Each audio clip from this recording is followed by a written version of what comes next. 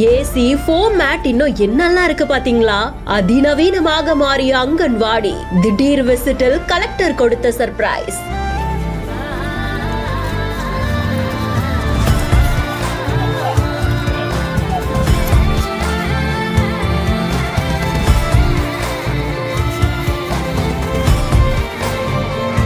Collector பக்கத்துல உட்கார்ந்து சாப்பிடுறோமாங்கிற மாதிரியா அந்த மழலைகள் முகத்துல தெரியுற சந்தோஷம் இருக்கே, இதுக்காக தான் இவ்வளவோ.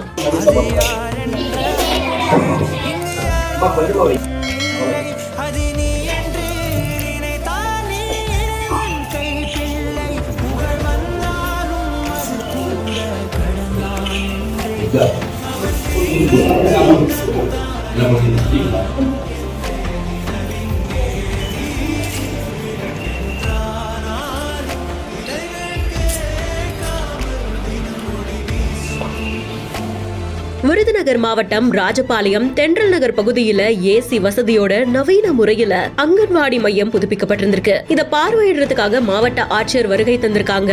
ஏசி வசதியோட இருக்கக்கூடிய அந்த கிளாஸ் ரூம் பாக்குறதுக்கே அட்டகாசமா இருக்கு. சின்ன பசங்க ஓடி ஆடி விளையாடக்கூடிய இடம் அப்படின்றதுனால அவங்க கீழே விழுந்தாலும் அடிபடக்கூடாது அப்படின்றதுக்காக ஃபோம் மேட் எல்லாம் போட்டிருக்காங்க.